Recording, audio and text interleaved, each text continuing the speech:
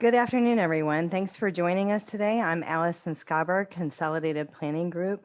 Consolidated Planning Group is a holistic special needs financial planning firm.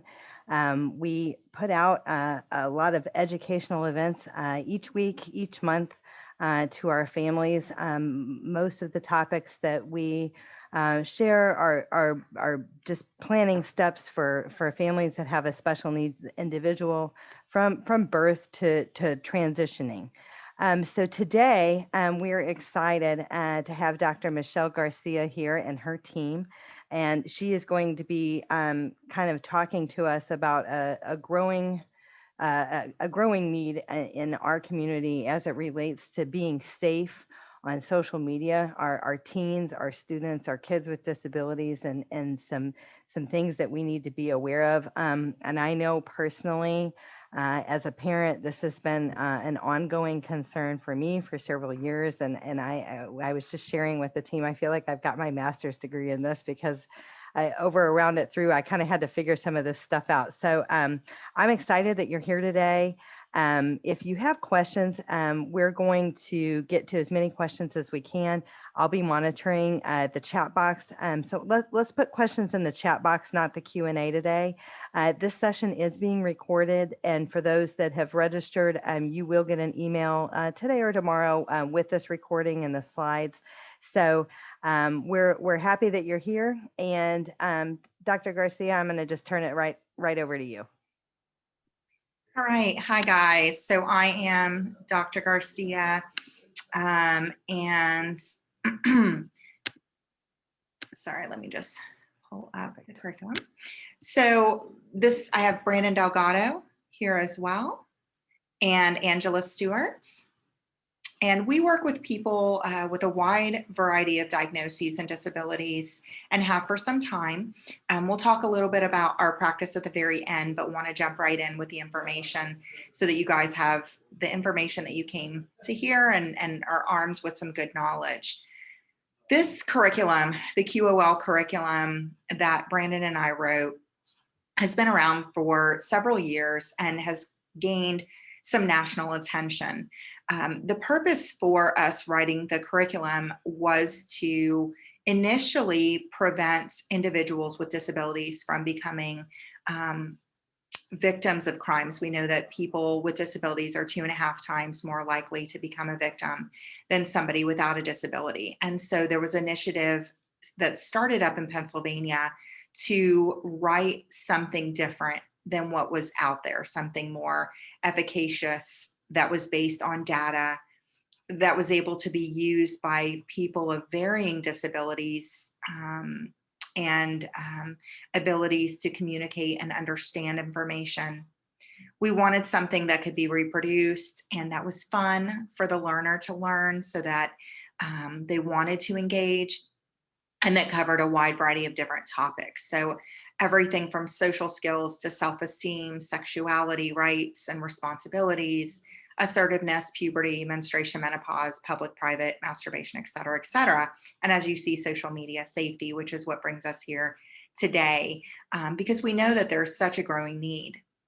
After doing a pilot of the program up in Pennsylvania, we then started to implement the program in other areas. And what we found is not only is it important, as we all know, through common sense, to educate people preventatively, but if we haven't educated, which is a big problem, especially with social media. You know, social media came about with such a force, and it is constantly changing.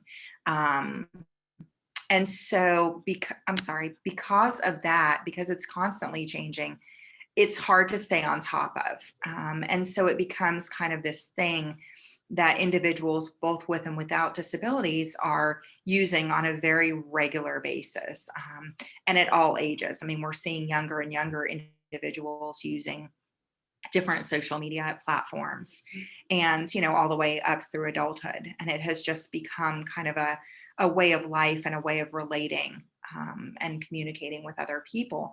But there's such a scary component to it. And so what we learned in writing the curriculum in general is that not only is it great for prevention, as I said, but it's really important even now. So now that we see there is this problem because the individuals a lot of times who are using these platforms have not been educated previously, we've learned through data that we can educate them now and still see changes. So even if you have somebody who has already become a perpetrator of a crime or a purported perpetrator of a crime or somebody that has already become a victim unknowingly or what have you, that if we educate them now, we're able to make some significant changes in their behaviors.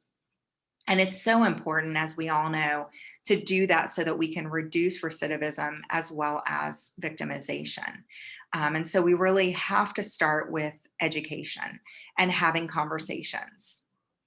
As we all know, and working with individuals, however, people don't always want to hear what you have to say. So sometimes it's about how we say it, what we say, that we make it fun, that it's not an us versus them kind of conversation, but that we do it in different ways. We also know it needs to come from different sources. So sometimes, as the caregiver, as much as we feel we are the experts, sometimes the person we're speaking with doesn't feel that way. So sometimes you have to use different methods and different individuals to talk to the person. Sometimes it goes over a little bit better or just differently. And so we know that that's very important. We also know that the one and done method of education doesn't work. So those of us who are in the fourth grade sex education one-time movie back in the day, we know that doing it like that doesn't make sense. And especially when you have people with differing ability levels, we know that doing something just once is not enough. And so we have to educate and educate and educate throughout the lifespan. One, because people understand and learn differently at different points. And two, because especially with social media and many other things, it's constantly changing. And so we have to change with the times and make sure that we are doing a good job to continue the education process. And of course, it starts with just open communication. I'm going to go ahead and change hand the program over to Brandon, who's going to give you guys an example of one way that we can share information, and that's through showing videos. So hold on one second.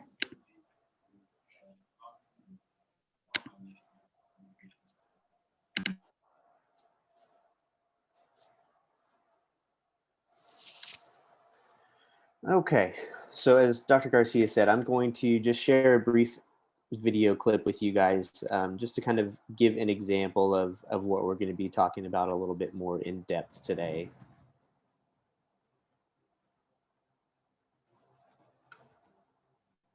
I can't wait to finally be with you in person. Me too. We gotta keep it quiet. If my parents find out I'm not at school, I'm screwed. Huh, I won't. I know better. I don't want my mom to find out either. Meet you in the food court at 1. I'll be there.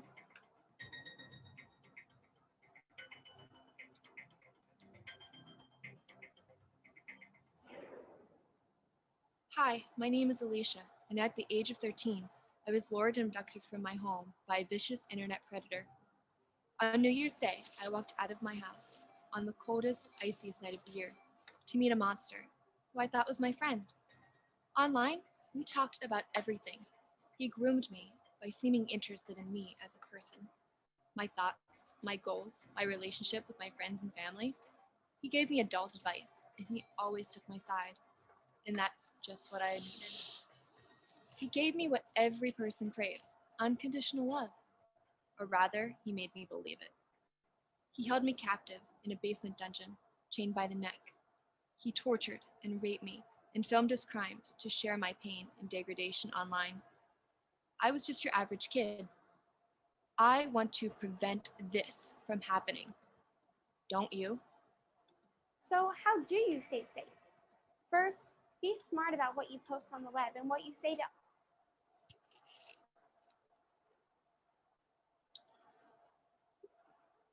Okay, so that's a true story that is definitely uncomfortable to see, but the reality is that it's true, and it's happening across the United States. It's happening across the world, and it's something that we cannot ignore. We have dealt with a lot of individuals in our practice that have had experiences online through social media that are concerning as well. And I'm sure everyone in attendance today could probably share some stories as well with their children or individuals that they may work with.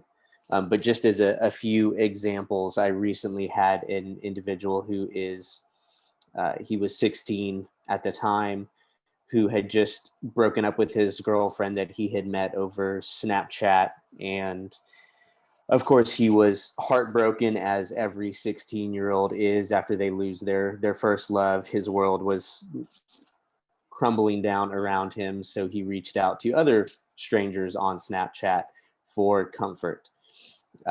Met another girl who made him feel comfortable, was talking with him and grooming him, as you heard the video mentioned a few minutes ago, where she was kind of boosting his ego, making him feel comfortable, appealing to him to make him think that she really wanted him.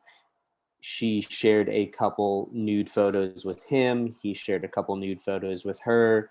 And boom, turns out that it was actually some hacker from overseas that then started to threaten him and explain that they were going to share his nude photos on his social media accounts unless he sent them money. So he took money out of his own account and transferred it, doing all this behind his parents' back in the course of a single evening. Called the police. The police have done a pretty thorough investigation over the last month, and the individuals are overseas. There's not much that can be done in the way of prosecution. The police warned the family that they would probably reach out and contact this individual again in the future, just because he has such poor self-control and poor safety habits online. So it's something that we've obviously been working on, but it's a very real situation that can occur. I've also had individuals sending nudes to minors when they themselves were in fact an adult. And obviously we know that the seriousness of that can be prosecuted. Now this individual had an intellectual disability, so there were no charges pressed, but that certainly that's not common, and they could have charges pressed on them. So it is a very serious issue.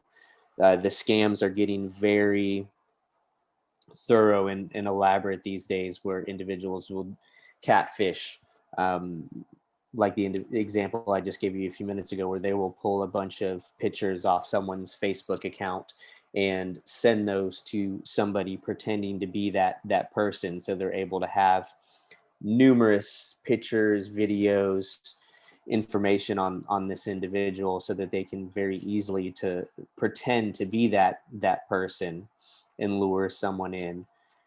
They will send emails pretending to be injured, stranded, stressed in some kind of emergency situation, and request money from other individuals um, to try to get their help and receive assistance. I've had those emails sent to me actually from what seemed to be an agency that I worked with. The director of one of the agencies sent me an email one time saying that she was stranded on vacation overseas with her family, and their wallet was stolen and couldn't get home. And of course, I knew it sounded a little fishy and didn't send any money, but for someone that may not know better, thinking that this information is coming from someone that they know and trust, it can be easy to fall into that trap.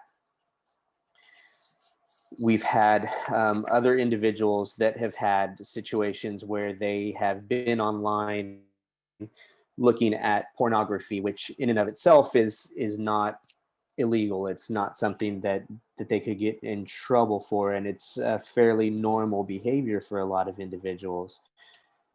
But then they unknowingly went into pornography websites that featured children.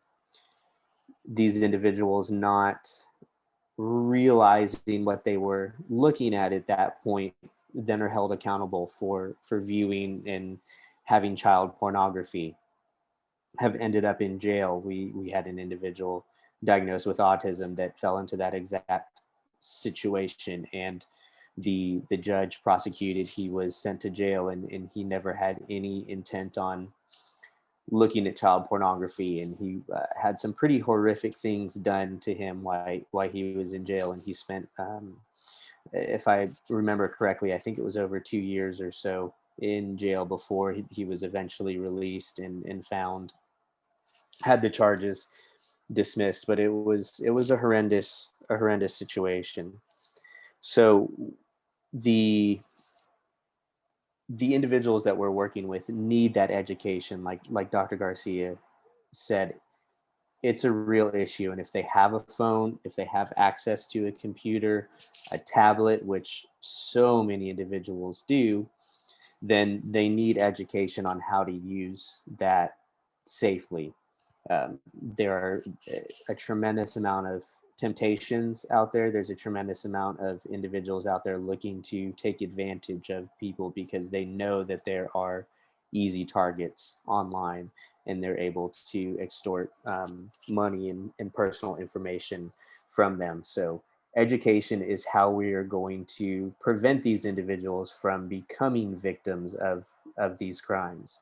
We can't pretend like it's not going to happen, that it won't happen to our loved one, our child, because if they're online, there is a chance that it could happen. So there's some things that you can do, and some things that we've learned uh, to assist them aside from education. But some things to do is avoid being on after 10 p.m. That's kind of the magic hour where individuals that are running scams from overseas tend to get on, because of time zone differences, because they know that individuals are not typically having parental monitoring after around 10 p.m. So that is when they will come in and try and take advantage and find individuals that they can groom and extort for money or personal information. Treat social media just like you would any other situation with friends. The same sort of safety rules apply, and we don't use social media to make new friends. We use social media to communicate with friends that we do have. And that's a really important aspect for individuals to understand.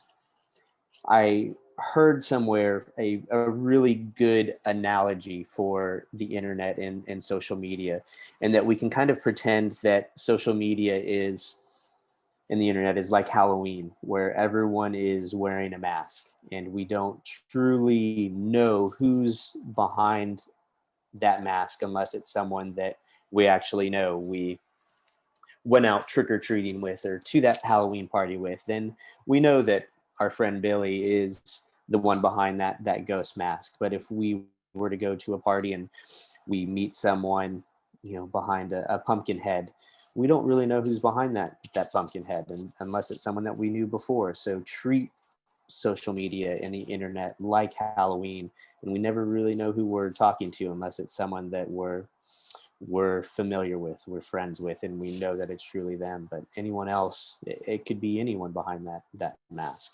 So that's really, I thought, was a powerful and easy to understand analogy for use of that. So um, I think that is all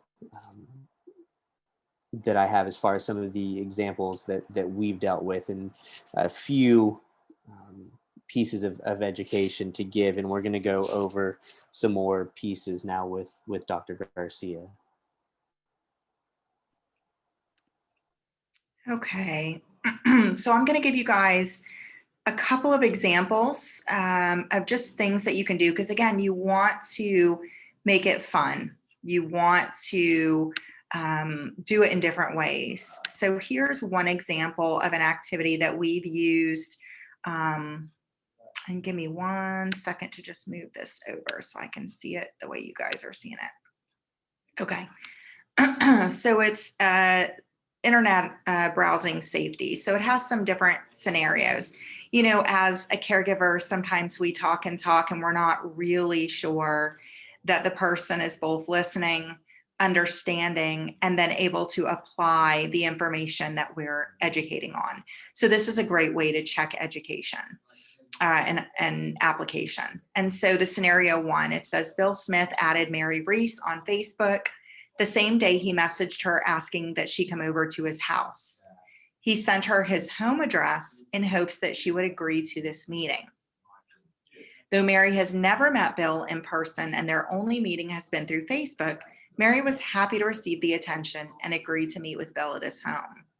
So it gives you a chance to talk about that scenario. So for example, the questions, should Mary have met Bill at his house? If Mary did meet Bill, what are some things that could have happened to Mary? Should we agree to meet with people who we have never met in person? And what are some things that might happen if we do? So this is just an example. So you can go through different questions and give different examples. This one it talks about Instagram, and somebody had added a naked picture of themselves.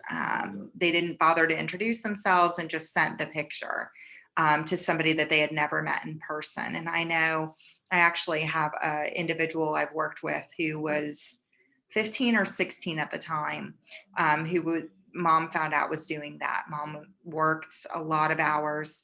And when she was home, supposed to be doing homework, mom would come in and check and find her on different websites sending pictures of herself. Here's another one.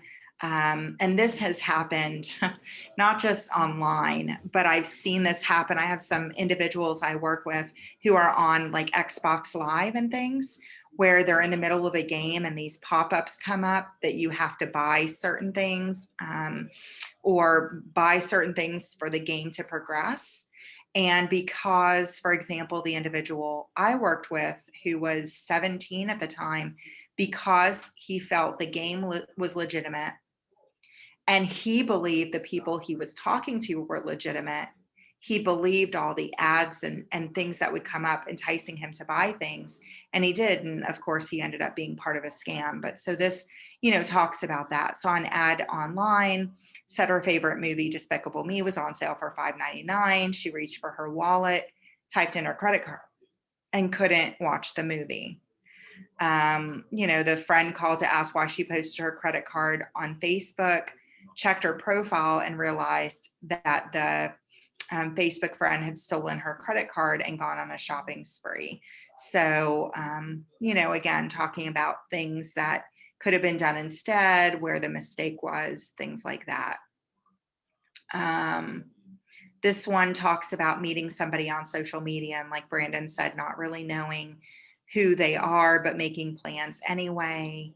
And then this one talks about cyberbullying, which is something, again, there's so many different aspects to social media, but that's definitely one that's gotten pretty out of hand. We know that people, especially adolescents, have even committed suicide because of cyberbullying. So we need to really, be careful about what's going on and make sure that this is a message we're sending out as well. So that is one activity. Let me show you guys another.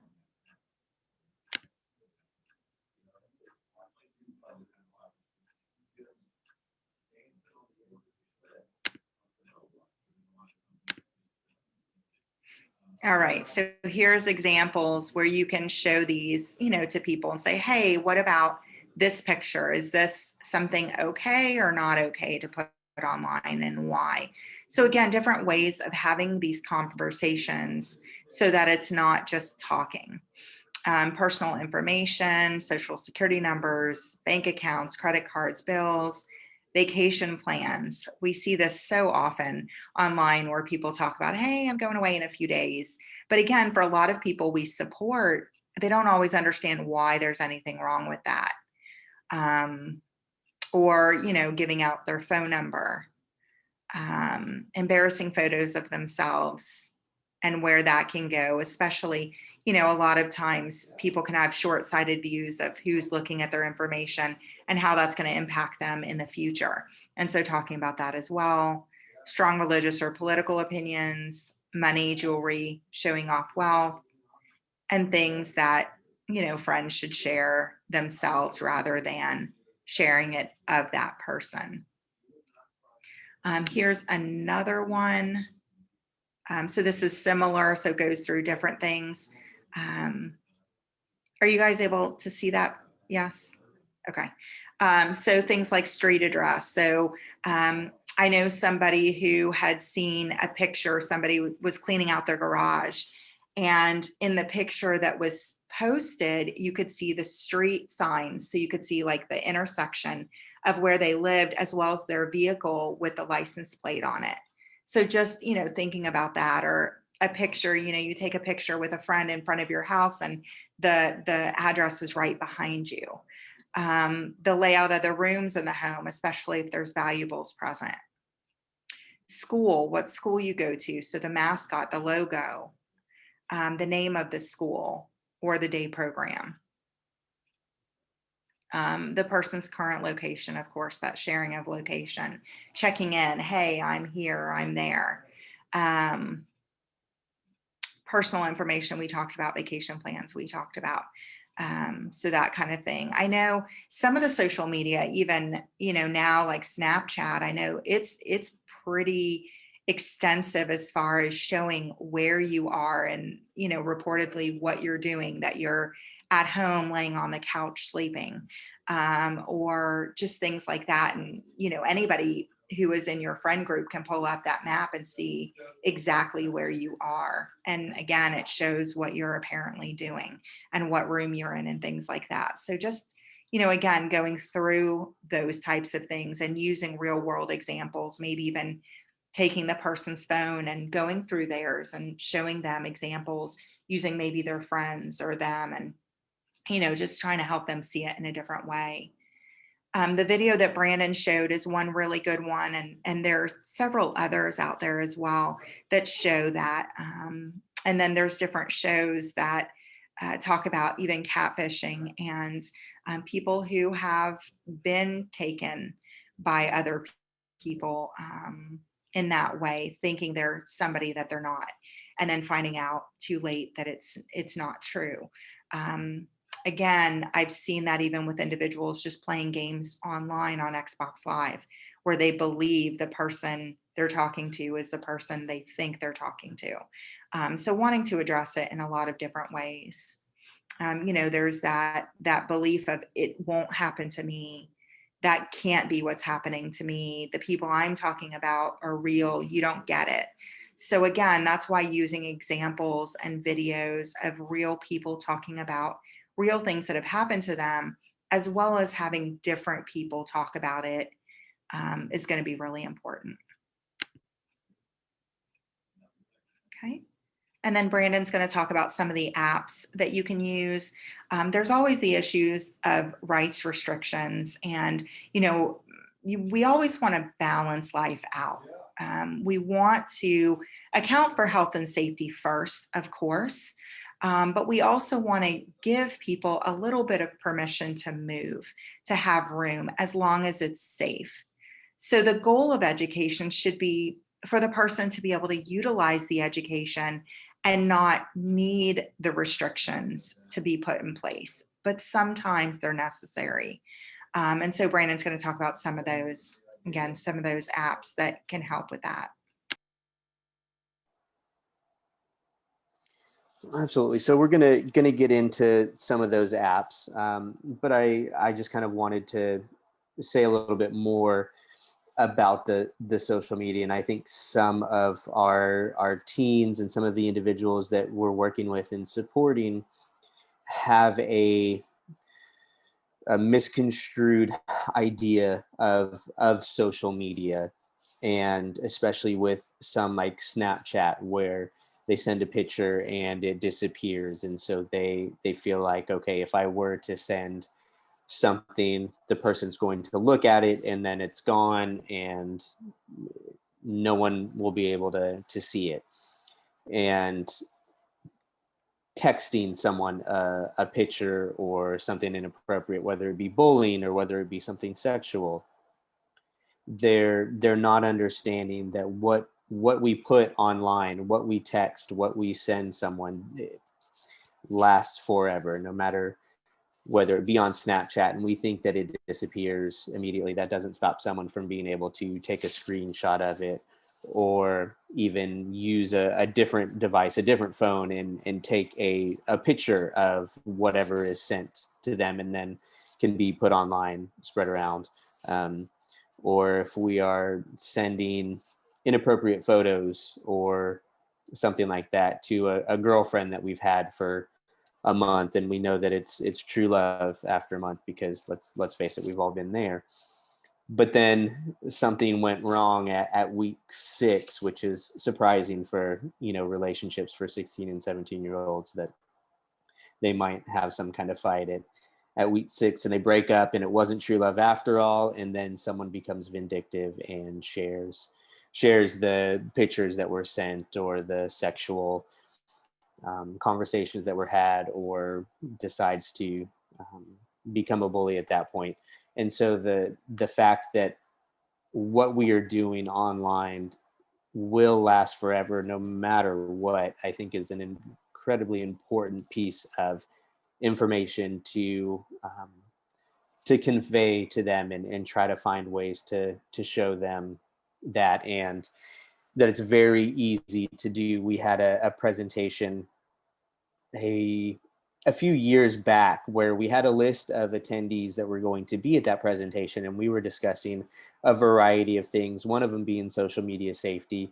And so I took that list of attendees and just randomly uh, pointed out, I think, 4 or 5 individuals from that list of about 100 people, and spent about 30 minutes one evening researching those 5 people, and was able to go to that presentation and ask, could I have Sally Rhodes raise her hand?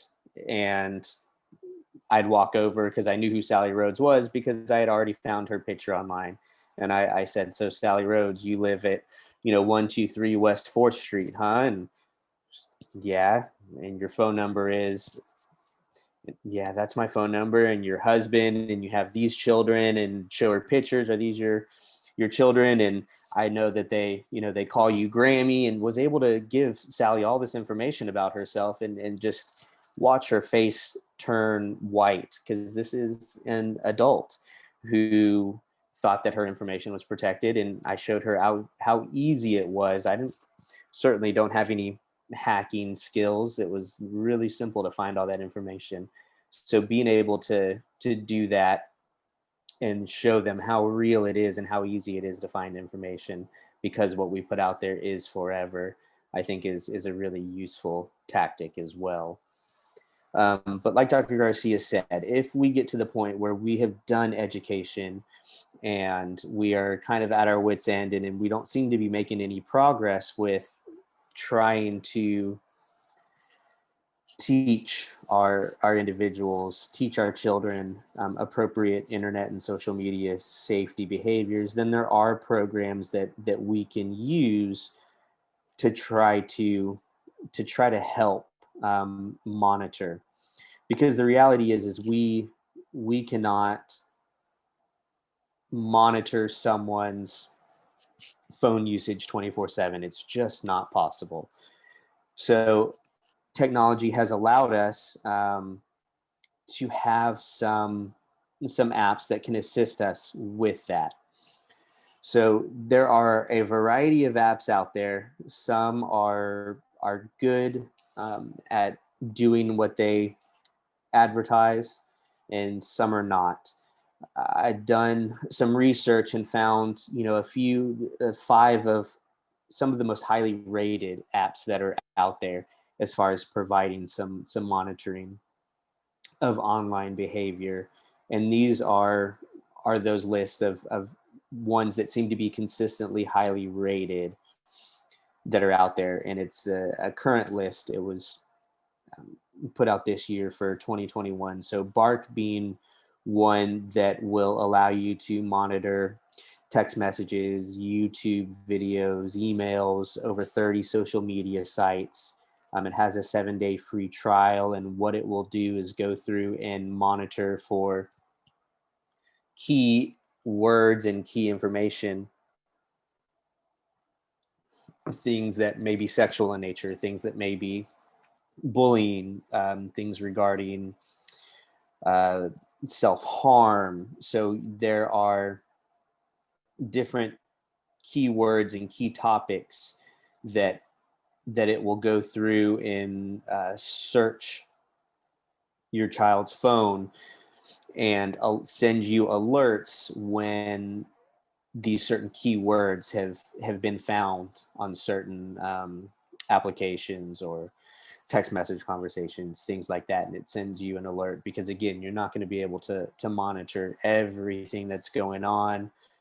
Maybe your child is having a text conversation and smart enough to then delete that text conversation before they turn their phone into you in the evening, knowing that you're going to check it. So this can help to alert you when those things are being used before they have the opportunity to delete it and hand in their phone, or if they have an app that you might not be familiar with. So Bark is one that's out there, and I think that's one that is commonly used in some school districts as well. I know we had a school district mention that one to us in the past. Net Nanny as well is another one that will filter through web information that they're searching and posting. It has the addition of location tracking as well, and app management. So it goes through and manages the information that's posted in different apps as well, like I just discussed with Bark. The issue with Net Nanny is that it does not monitor text messages like Bark does. Norton Family was another one that does similar things to Net Nanny. It does the web filtering, app management, and it does have text message monitoring, but only for Android phones. It does not have text monitoring for iPhones. Kaspersky Safe Kids is one that's good for individuals on a budget. It has free, it's a tiered system and has everything from free software to $15 a year software. So it's one of the most affordable programs that you can use, and the services that it has vary based off of what level you enroll in. And then this Custodio, I'm not sure if I'm saying that right, but seems to be one of the most well-rounded programs that's out there that does a lot of these things that we've already discussed with some of the other applications. But the issue there is that it's one of the most expensive apps that you can use to monitor the usage on your loved one's phone. And then this goes through it's a link that we can put in the text box as soon as I close out my screen share. And it goes through and does an overview of a lot of these apps where you can kind of view pros and cons to them. It gives you some information on them, what they do, price points, and that kind of thing. So it's a good comparison for a lot of those right off the bat. But it's easy to do just your regular Google search for phone monitoring apps and come up with some information on your own. But just keep in mind that there are a lot out there that promise to do a lot of things and definitely fall short, and some that work on iPhones but not Androids, different platforms will work differently with some of these different apps. So it's a lot to keep in mind. It can be a foreign language for some of us. I certainly understand that. So this is a good tool for a simple layout on how to research some of those monitoring apps. Okay. Thank you, Brandon. So I'm going to just go really quickly through a short informational about our services, and then we will be done and take questions from you guys. Give me one second. So as we all know, with COVID, life has completely changed. So I'm going to talk a little pre-COVID and a little now. So we actually do not have an office. That we have obviously utilized office space since COVID, but pre-COVID, we did 100% of all of our services in homes, schools, and day programs. We are focused on individualized care, so we don't use a one-size-fits-all model. And we're focused on improving quality of life. So as I was explaining to Allison in the beginning, when I go through these services that we provide, understand that we don't do just one thing across the board. It's about linking with the community. It's about helping people to empower them so that they don't need us forever. It's about helping the family, the community. So we do a lot of different things in that realm. We do psychological and neuropsychological testing for a wide variety of purposes, from immigration, so if somebody's trying to become a citizen, to legal cases. So if somebody had something happen with the criminal justice system and they need testing for that. We do testing for guardianship, for autism, for ABA or insurance purposes, or for schools. We do testing for ADHD and different other diagnoses. We do testing for neurologists and psychiatrists and schools, whether it be charter schools or public schools, for IEEs. We also do counseling focused on school-aged individuals with and without disabilities, but also counseling for adults. We provide behavioral intervention. So when there are negative behaviors impacting life, we will go in and try to set up a treatment plan to help people with those behaviors, and that can be for children all the way through adults. We, as you saw, wrote a curriculum that goes through many different topics, from social skills through sexuality and education for relationships. We are now forming national groups. We've had interest nationally for our groups, and so we're going to be offering that as a virtual method, so that people across the nation can take part. And then we've been running peers social skills groups, and peers is a program out of UCLA that is evidence-based as well.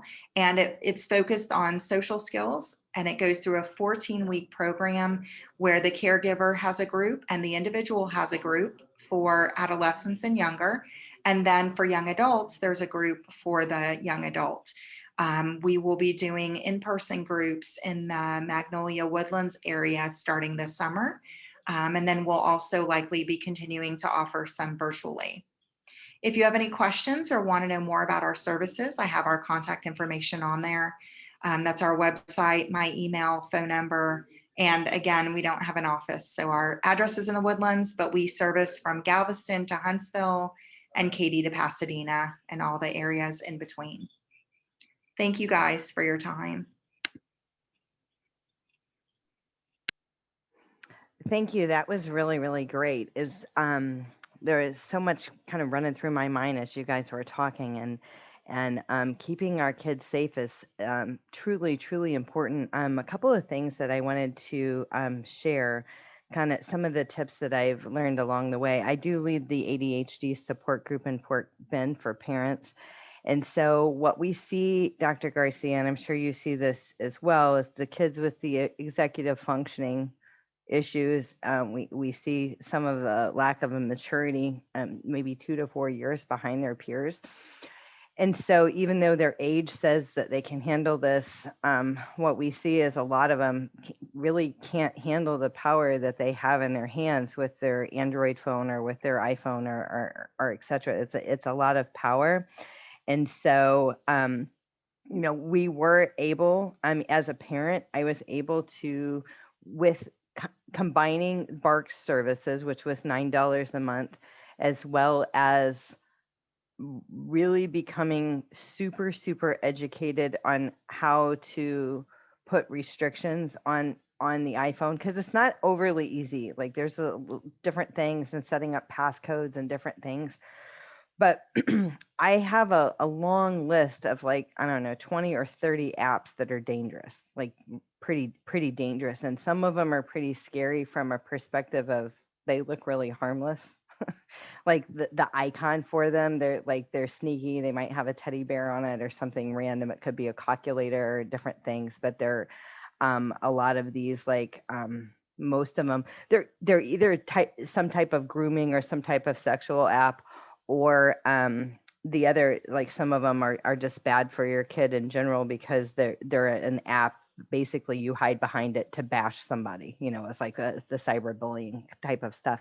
So anyway, we just learned a lot along the way. There is a Facebook group called Parenting in a Tech World, and this is put out by Bark, and it is really good. It is really, really good. So if there's one Facebook group that you should like and follow, I think Parenting in a Tech World has been very, very helpful on the trends, because it is a trend. Like it's ever changing. It's super quick, and just as soon as you figure something out, then there's some new and improved things. And as parents, we're not as slick as we used to be when we were enterprising and in high school. So anyway, I have found that one to be very, very helpful. So I'd like to just, if you guys have questions, please do put them in our chat box. And we're definitely going to get to those questions, but from a planning perspective, kind of switching gears when it comes to kind of educating families, as I said in the beginning, that is something that we do on a pretty regular basis. But if you have a special needs child, the things on the page here are really things that should be on your radar when it comes to special needs planning. If you've got a kid in high school, they're kind of coming around the bend, turning 18, or they've turned 18, but maybe some of these things that you haven't done. These are really, really important. So when it comes to special needs planning, it is a process and it takes time. And it's okay if you don't know everything that you need to do. That's why we're here, kind of to guide your steps. But we have educational events on all of these topics, where we go deep and wide on these topics. And these are things, basically every one of the bullet points out here today are buzzwords when it comes to special needs planning and making sure that we've taken the right steps to protect ourselves, to protect our assets, to protect our benefit eligibility, our children's benefit eligibility going forward. So we just want to definitely make sure that you guys have those things on your radar. And you can visit our YouTube channel for pre-recordings of that. But we definitely have Zoom webinars every month on these topics. So, okay. So and this is how you can get in contact with us. And Michelle, you've shared your contact information in the chat box as well. One of the things also that I wanted to share, as far as, I know you hit on this, Michelle, on the testing. Testing is an ongoing thing that we have requests for every week. Like, can you refer me to somebody? Because a lot of times, a lot of these testing centers, Texas Children's, other places, they're really far behind.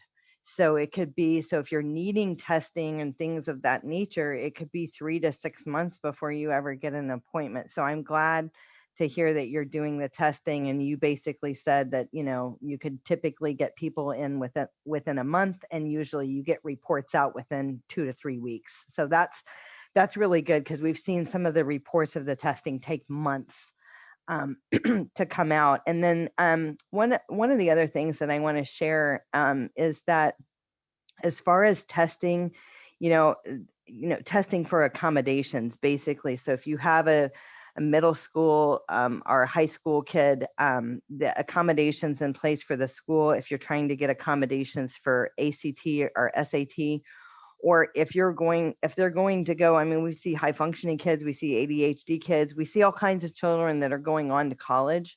And the accommodations are going to need testing. So on the college level, all offices of disability are not created equally. And so getting that testing done ahead of time so that way your child can start those programs with appropriate accommodations is pretty important. All right, I see that we have, I think we have a question. Okay, that is a good, okay, I think there's a YouTube link in the, there's a URL in the chat box for the YouTube link. So you can follow it there. I'm not good at knowing the name, I'm sorry. The staff did that. So do we have anybody else, any other raised hands or any other questions? Dr. Garcia, is there anything else that you would like to share? We have just a few minutes and we'll wrap up, or any other topics or any other things that you want to share or add to? I can't think of anything else.